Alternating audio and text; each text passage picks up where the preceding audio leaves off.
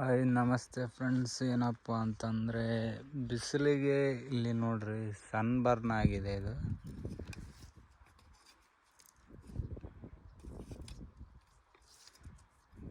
ಸ್ವಲ್ಪ ಬಿಸಿಲು ಜಾಸ್ತಿ ಆದರೆ ಸನ್ಬರ್ನ್ ಆಗ್ತವೆ.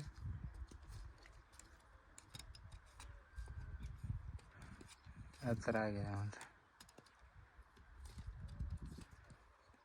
ಈ ಥರ ತೆಗೆದುಬಿಟ್ರೆ ಮುಂದಕ್ಕೆ ಹೋಗಲ್ಲ. ಅದು ಇಷ್ಟ ಆದ್ರೂ ಏನಾಗಲ್ಲ.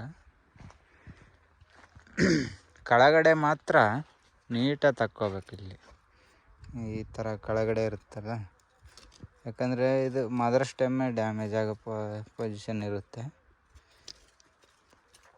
ಅದಕ್ಕಾಗಿ ಕೆಳಗಡೆ ಏನನ್ನ ಸನ್ಬರ್ನ್ ಆಗಿತ್ತಂದರೆ ತಕ್ಕೊಂಬಿಡ್ರಿ ನೀಟಾಗಿ.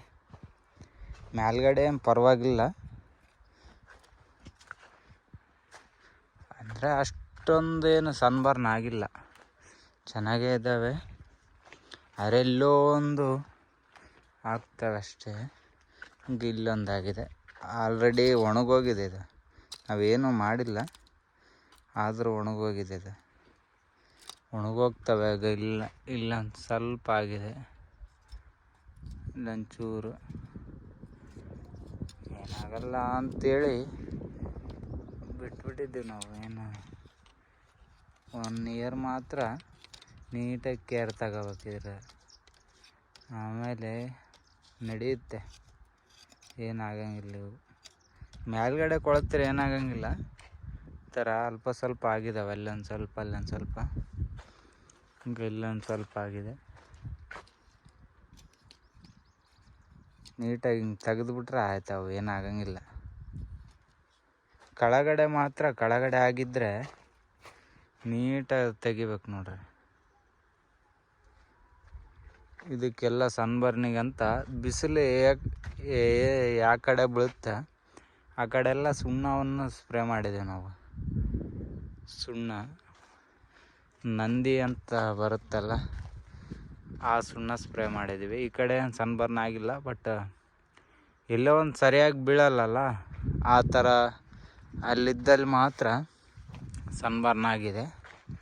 ಇನ್ನು ಮಿಕ್ಕಿತ್ತಲ್ಲೆಲ್ಲ ಚೆನ್ನಾಗೇ ಇದೆ, ಏನಾಗಿಲ್ಲ. ಚಿಗುರು ಬಂದಿದ್ದಾವೆ, ಚೆನ್ನಾಗಿ ಕಾಣ್ತಾ ಇದ್ದಾವೆ ನೋಡ್ರಿ. 1.5 ಇಯರ್ ಆಯಿತು. ಆಗಸ್ಟ್ ಬಂದರೆ ಮತ್ತೆ 2 ಇಯರ್ಸ್ ಆಗುತ್ತೆ, 2 ವರ್ಷ ಕಂಪ್ಲೀಟ್ ಆಗುತ್ತೆ. ಚೆನ್ನಾಗೈತೆ. ಪ್ಯೂರ್ ಆರ್ಗ್ಯಾನಿಕ್ ಮಾಡ್ತಾಯಿದ್ದೀವಿ, ಕೆಮಿಕಲ್ ಏನಿಲ್ಲ. ಕೆಮಿಕಲ್ ಇದ್ದಿದ್ರೆ ಆ ಸನ್ಬರ್ನಿಗೆ ಏನಾದರೂ ಮಾಡ್ಬೋದಾಯಿತು. ಕೈಲಿಂದ ಅಲ್ಲ, COC ಆ ಥರ ಅಪ್ಲೈ ಮಾಡ್ತಿದ್ವಿ. ನಾವೇನು ಅದು ಹೋದರೆ ಏನಾಗಲ್ಲ ಅಂಥೇಳಿ ಅಪ್ಲೈ ಮಾಡಿಲ್ಲ.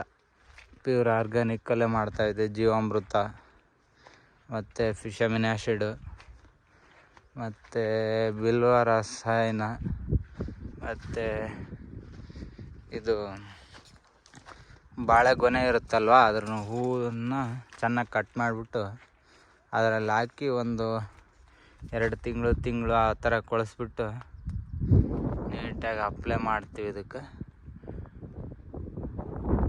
ನೋಡಿರಿ, ಈ ಥರ ಐತೆ ನೋಡ್ರಿ.